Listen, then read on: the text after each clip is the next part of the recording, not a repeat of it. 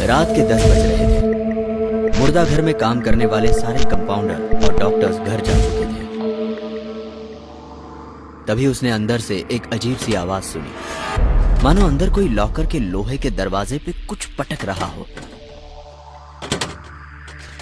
जगदीश ने अपनी वॉचमैन वाली छड़ी उठाई और सीधा अंदर भागा।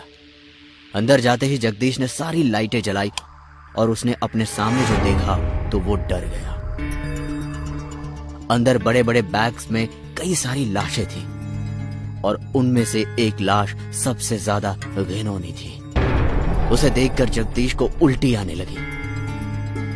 वो सीधा मुर्दा घर से बाहर भागा। जगदीश को अब एहसास हुआ आखिर क्यों उसे अंदर जाने से मना किया गया था।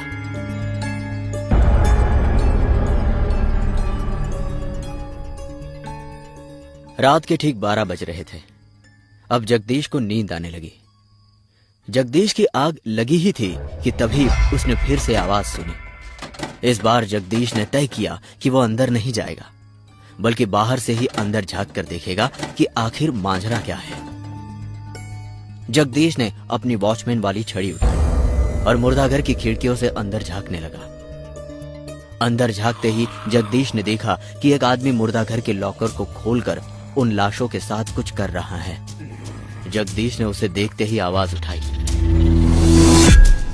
"ए, कौन हो तुम? अंदर क्या कर रहे हो?"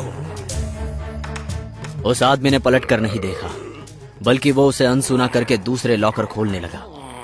जगदीश भागते हुए अंदर गया और उसने उस आदमी का कॉलर पकड़ा। तब जगदीश ने देखा कि वो आदमी कोई और नहीं बल्कि वही सड़ी हुई लाश है जिसे देखकर वो उल्टियां कर रहा था। जगदीश डर के मारे जोर से चिल्लाया। वो आदमी अजीब तरह से हंसते हुए उसकी तरफ बढ़ने लगा। जगदीश अपनी जान बचाने के लिए वही सर्जरी रूम के अंदर भागा और उसने उस रूम का दरवाजा अंदर से बंद कर लिया।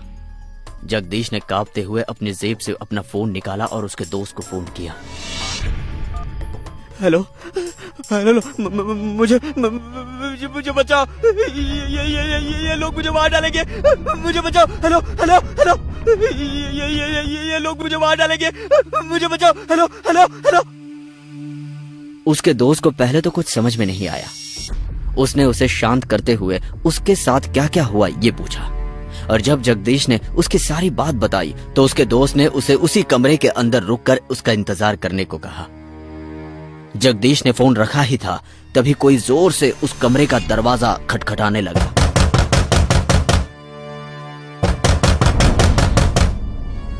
जगदीश ने यह आवाज अनसुनी कर दी और उसने अपने कान बंद कर लिए, लेकिन फिर जगदीश धीरे से पीछे मुड़ा और उसके पीछे वही डरावना आदमी बैठा हुआ था। तुम्हें क्या लगता है मैं यहाँ नहीं आ सकता? जगदीश फिर से भागते हुए उस कमरे से बाहर आया और इस बार उसके सामने जो नजारा था उसे देखकर जगदीश के दिल की धड़कन रुक गई। लॉकर वाले कमरे में सारी डेड बॉडीज अपने लॉकर से बाहर आ चुकी थी। जगदीश ने पीछे मुड़कर भागने की सोची, लेकिन इस बार उसके पीछे वही घिनौनी चेहरा वाला आदमी खड़ा था।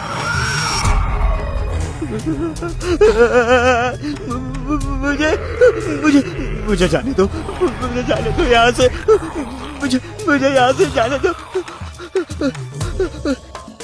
बचाओ।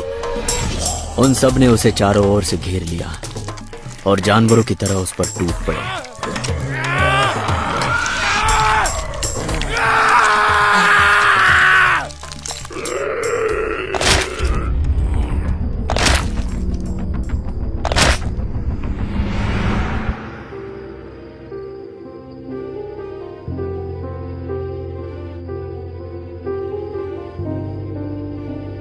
कई सारे लोग एक जगह घेरा बनाए खड़े थे।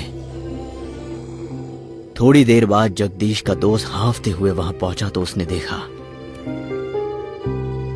सुनिए सुनिए, क्या आपने मेरे दोस्त को देखा क्या?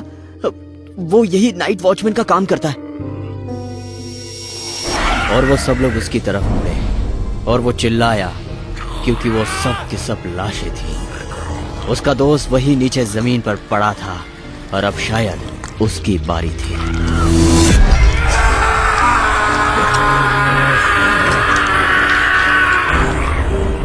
अगले दिन जब वहां पर काम करने वाले बाकी कर्मचारी पहुंचे तो उन्होंने देखा, अरे ये नया वॉचमैन कहाँ चला गया हैं? और ये क्या, ये सारे लॉकर्स किसने खुले छोड़ दिए? वो एक के बाद एक सारे लॉकर्स बंद कर रहा था। तभी उसने एक लॉकर्स के अंदर 2 नई लाशें देखी। एक लाश थी जगदीश की और दूसरी लाश थी उसके दोस्त की, जो कई हिस्सों में कटी हुई थी। अरे अरे साहब, ये वॉचमैन तो मर गया।